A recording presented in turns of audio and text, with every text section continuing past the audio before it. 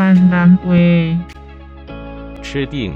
应该安怎讲？安怎下假西西。内容是从教育部台湾闽南语常用词词典引用。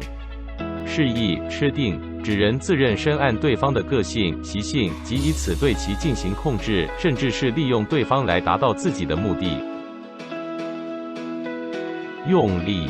你就是伤过顺意，伊才会甲你假西西。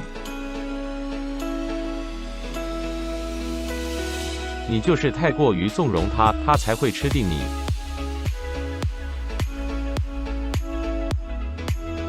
请支持我，点击 subscribe， 然后再单击小铃铛，也不要忘了转发给您的朋友圈。